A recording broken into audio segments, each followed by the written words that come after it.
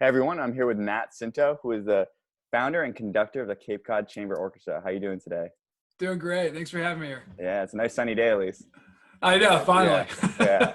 So can you give a little bit of before we go into the whole pandemic issue, can you give a little background about the Cape Cod Chamber Orchestra? Sure.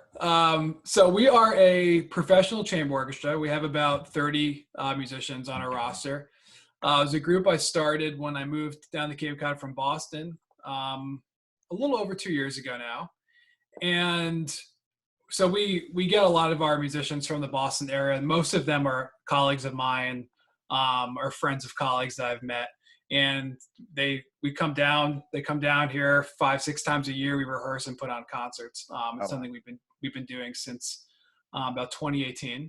And part of what makes our group unique is that we do commissioning projects with different organizations around Cape Cod. So that means we have a composer residency program, and he or she, whoever is chosen for each year, will write music for the group in collaboration with another organization. So it's been a cool way to introduce contemporary music and new music, which I feel very strongly about, and create this local Cape connection with the new pieces of music that are being written. So we've done projects with the Edward Gorey House in Yarmouth, which is a really cool museum and about Edward Gorey, very famous illustrator and author. We've done a project this past October with the Whydah Pirate Museum. We commissioned a piece of music about the pirate Sam Bellamy, his life and his crazy story and crazy shipwreck off the coast of Wellfleet like 300 years ago now. So we kind of made like a musical depiction of those events of his character and personality, which there's lots of stories about.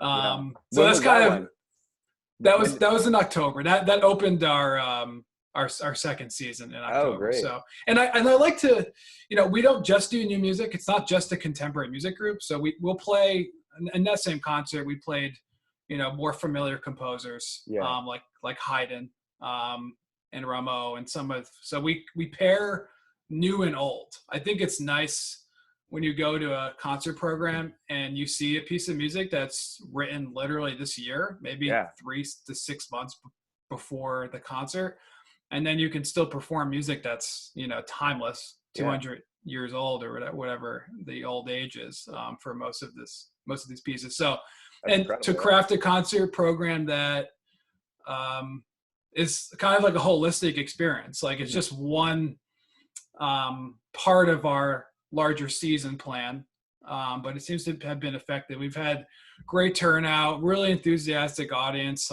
especially for the new music component, which for most classical music audiences, they like the old stuff.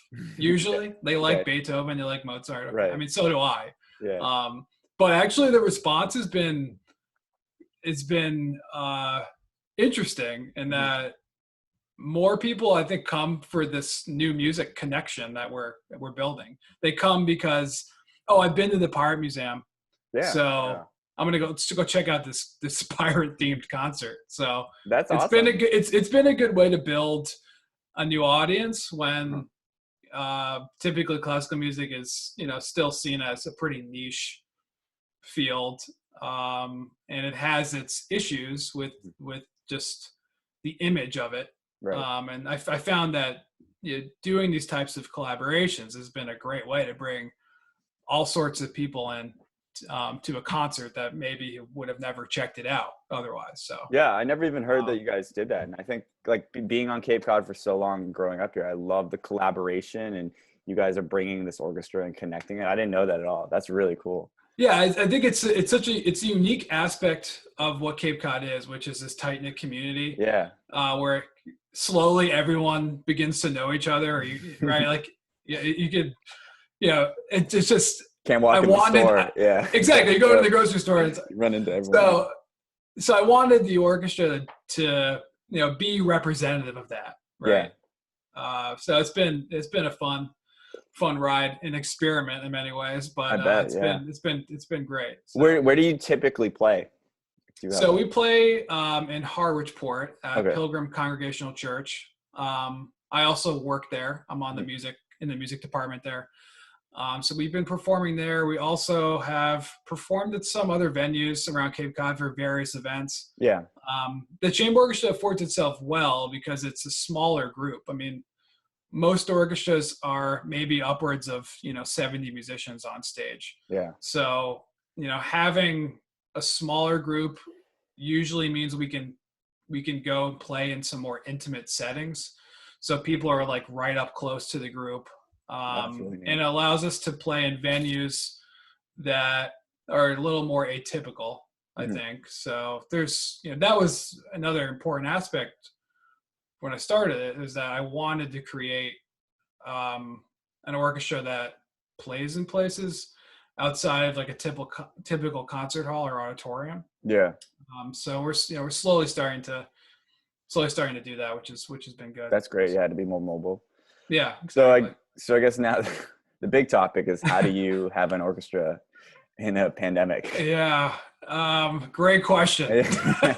I don't really have an answer yet. The problem is, and I think we all have to admit this, like people in my position where you're, a music director of a group, right? Yeah. You're heading the artistic side of it.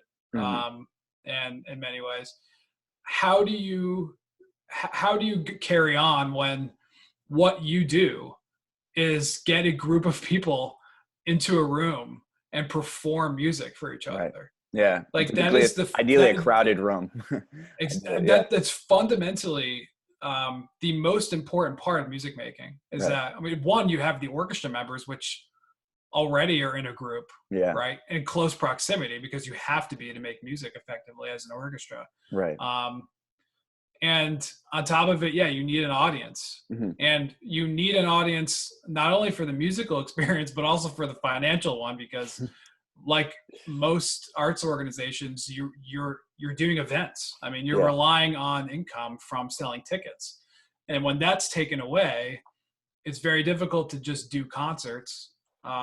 There have been orchestras that have been live streaming concerts with no audience, and for many groups, it's not financially possible to do that, because you need to sell tickets. So there's that problem. I mean, fundamentally, the core of music is as it stands now, it's not possible to recreate that in many ways. I know. Must be I play in like a very casual band, with like 4 or 5 of us, and we can't practice with that, let alone the exactly. Imagine 20, 30, 40, 50 people, or if you're singing a choir, there's lots of choruses around Cape Cod that can't meet right now at all. So it's kind of like, it's a time filled with a lot of grief in many ways. Yeah. Because you look forward to doing these events with one another. There's so much planning that goes into all of them, and then here we are. But we have been. I've been doing a few things in the interim here. I've been trying to utilize our social media channels, our live stream channel, the internet in general, to really push the group as much as I can, just to keep it, I guess, in people's minds, because it's something that, I mean, if I didn't work to do that, we would slowly kind of, I mean, I think slowly fade away. Out of sight, out of mind. It's sad to say, but right. So we've been doing concert live streams on Saturdays, where I'll show old concerts that we've done the past 2 years, and I'll kind of narrate and talk about the pieces. Oh, that's awesome. That type of thing. So those have been like really well attended on our Facebook page. So they're just on your Facebook. That's how you would get to. It's facebook.com/Cape Cod Chamber Orchestra, and we've been doing those Saturdays at 7 p.m. Awesome. just on our Facebook Live. So it's been fun. I mean, it's good. It's a nice way to still connect with our audience members, because they still, a lot of people come out and sit and enjoy like an hour. It's just an hour long program. I don't really do any more than that. Just of our old concerts that we've done. So I've been utilizing that a lot. And then on Tuesdays, I actually have been doing kind of like a music hour with myself, and just I'll pick some recordings I like and we'll listen to them and I'll talk about music and maybe I'll have a topic for discussion for that day. Just kind of like an educational Yeah. component to it, because I think the number one issue with classical music is that a lot of people don't think they could get into it because they need like a lot of knowledge to understand this type of music. Yeah. So it's been a way for people to kind of come and learn a little bit about the musical process, about maybe my process as a conductor, about different aspects that make up what a symphony is, for example. So it's been a good way to still connect with our audience members and provide this type of like one-on-one intimate sit down. Yeah. Which has been good. So it's kind of funny. Did you do any of that stuff before everything kind of? Yeah. So I it's didn't. weird that it's igniting different, it's forcing people to be, obviously it's not ideal, but it's funny. Honestly, I hope it's probably the best thing that anyone in my field, that's like it's the one plus for all this, is that I think a lot of classical music organizations have been maybe shying away from using the internet as a tool, but now it's like you literally have no choice. Yeah, right. So I hope it's something that we will be able to continue to do in some capacity, probably at reduced, frequency. Yeah. But it's funny. It's been like, it's pushed everyone over the edge in a way. Right. Yeah. Like now we really have no excuse to have an Instagram or something like that. Right? Yeah. All the social media outlets and everything. Right. I always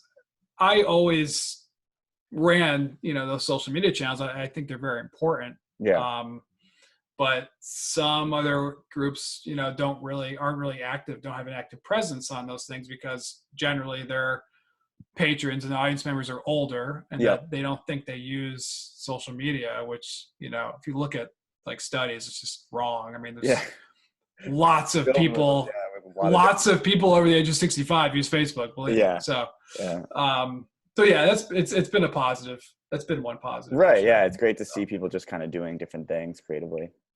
Yeah, exactly. It's been like an innovative time because I think we've all had a chance now to reflect and brainstorm and think about how do we kind of move on from this event now, or how do we cope with it now? So what have you seen what a lot of other symphonies or orchestras have been doing?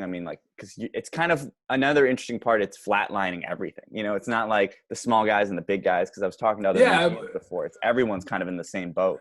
Everyone's on the same playing field. Yeah. So it's like when I first had to, my first was kind of dealing with this. I think. Yeah.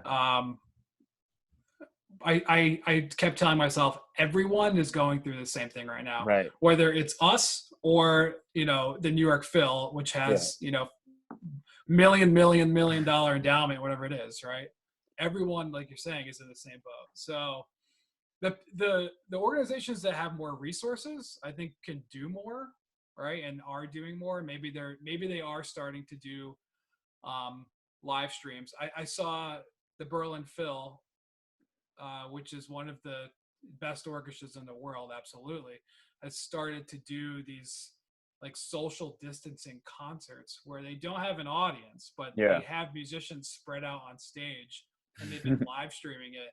And that's it's one way to kind of do something playing, right? Because the other option, of course, it's not ideal by any means. We all know that, but they've started to think outside the box a little bit and find a way to still present music in a way to an audience. It's pretty, again, it's another aspect of trying to be innovative and trying to figure out what you can do and with all the rules and restrictions and whatnot. Right. But I guess now things are again shifting so quickly where states, people are talking about assuming so many different things about the timeline of this, but now states have begun to open up and Massachusetts is on a schedule for May 18th. Where does that kind of leave you guys as an organization about when you, obviously you follow guidelines, but where do you guys stand right now? Personally, I think I kind of see what other organizations are doing before I can kind of make obviously we're not going to be doing anything that defies state mandates and guidelines, right? Right. So, that's the first call. but I don't know what a concert's going to be like. Yeah. Like in 6 months from now. Like Even if you can open up, like, will people even want to be next to it? I don't know. Yeah. I mean, part of me feels like people are going to be so starved for culture and art Right. and all those things that they're going to want to come out, and they will hopefully take the necessary precautions to prevent any type of spread of illness. So I mean, I'm staying optimistic in that point, but yeah, I mean, the residual for this, and it's not just for concerts. I think about restaurants all the time. Yeah. You know, you have these places that have been like off limits, right, for months, and then suddenly they open. Like, I don't know it's hard to say what's going to happen. We have we rescheduled our April concert for the end of August. So, I mean, I'm hopeful we'll be able to do it then, but honestly, I don't know. Yeah. I really don't know. Our season starts in October, so fingers crossed. Right. So you have a lot of time to resume our schedule then, but yeah, it's tough. Yes. And especially here on Cape Cod, like, what does the summer look like? Even I know. if they open businesses and they kind of reduce, you know, whatever restrictions there are. I mean, we live in a tourist haven.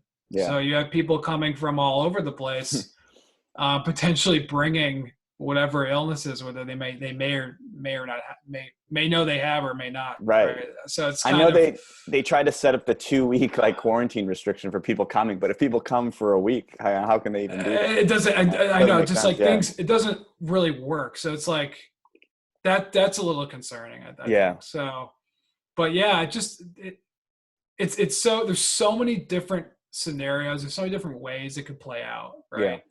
Like if I think about it too much, my head will explode. It's just, I think it sucks, but we have to wait.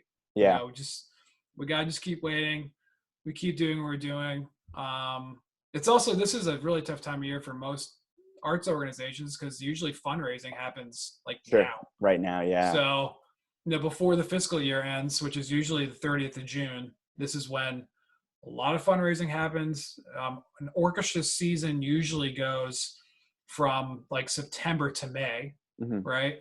So at the end of the season, you know, this is when you would see lots of events popping up, and you know, those types of things are not really possible right now. I mean, you could of course raise money online and do things, but you can't really have, you know, the big event that the galas and everything.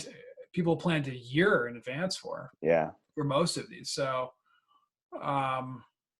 yeah, it's just, there's that aspect of it too, which is difficult. But it's really funny just hearing, because I mean, you have the concerts, but then like you said, you have the fundraising. It has all of them are events. Ripple effect. Yeah. Everything requires people in the room. Yeah.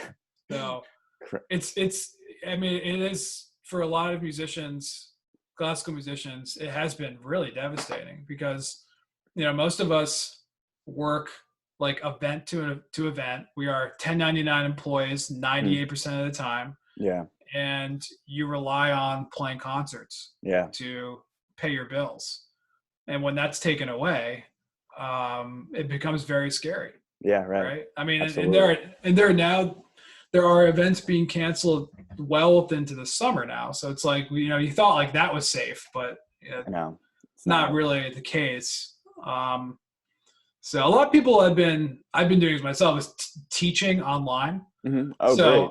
I teach piano and I teach violin and viola through Steeple Street Music Academy, which is a music studio in the Mashpee Commons. So all of the instructors, myself included, have been online, and I've retained all of my students. Oh, actually. That's awesome to hear. So I think the parents like it, because it's like convenient in a way, instead of going. Very convenient. I mean, it's convenient for everyone. Of course, I'd like to be there in person, but for the time being, it's actually very effective still. I could still, you know, watch a student of mine playing piano and correct them and, you know, guide them through a piece of music and give them some instruction. And yeah, like I think the parents like it because it's like scheduled music time. Right. Yeah. In a time where, exactly, in a time where everyone's home, I mean, I don't even know how you would. I mean, how you would cope. Yeah, right. I think it'd be so difficult trying Yeah. to say if you're working from home, you know, kind of running your house and running your kids Yeah. and trying to keep them, you know, stimulated with entertainment and with learning Oh, it must be still and those types of exhausting. Yeah. things. It's like So every yeah. parent just became a homeschool teacher in some ways. It's just, But it's like you begin to appreciate teachers so much yeah, more right, at that point. You know, like that's another plus, I guess, yeah. from all this anyway. So Yeah. yeah. Geez.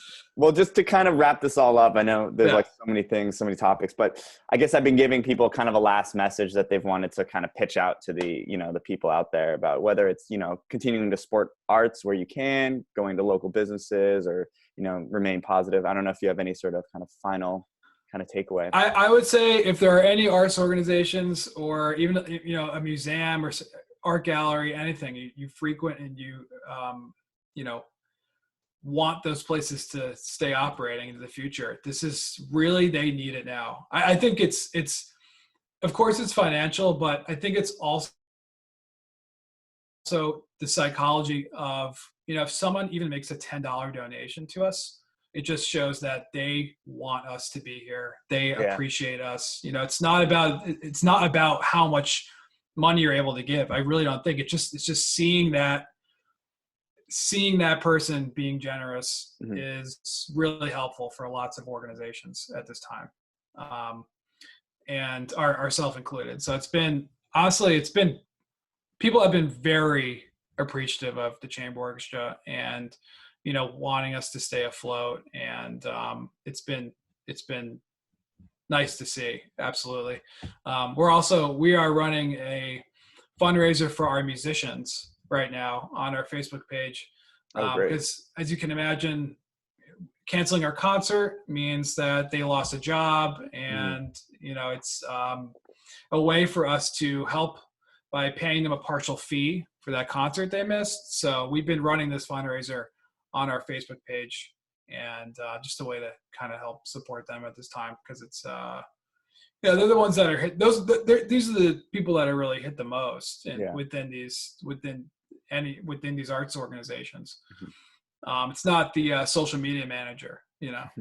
Yeah. It's like it's the people that rely on, first of all, are the lifeblood of the organization, and they rely on performing, and they're not able to do so at this time. So yeah.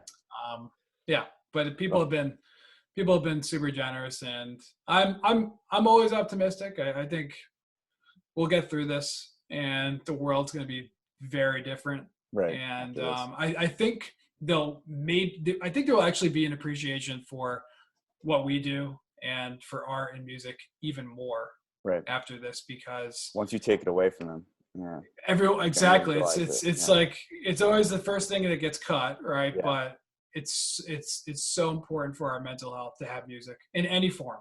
Yeah, music in any form. I mean, and we could listen to music, right? But I mean, you play in a band, and the energy of that is irreplaceable. Oh, right. So, I mean, there's that aspect of it, which is so important. So yeah, definitely. Well, I appreciate you talking to me, Matt. And, this is great. Thanks for having me. I hope we can get back and listen to you play live soon. Oh, we will. Yeah. And hopefully we'll be there. Cool. Well, have a good day. All right, thanks so much. Yeah.